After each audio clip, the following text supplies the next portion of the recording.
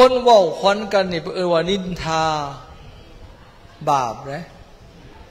บกควรเนาะเป็นคำเว้าที่บดีเป็นคำซับซ้อจังสั้นบดี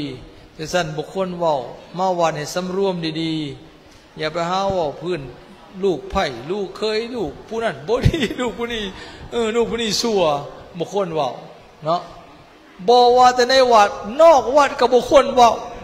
ไปเว้าขวัญหมู่ไม่ใช่ดีนะไหนคันเว้าแล้วเนี่ยมันดีเนี่ยบดีอย่าเว้า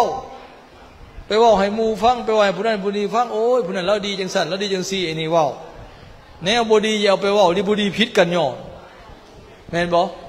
ไปหาเมียพอโอ้ยคอยเห็นมันไปจังสันมันไปจังซี่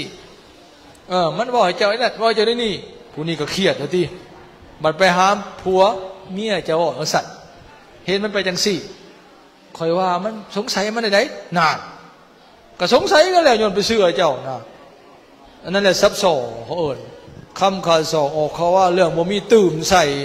อย่าไปว่าคะแนนมันสีดีเลยโอ้ยเราดีจังสันเราดีจังสี่ได้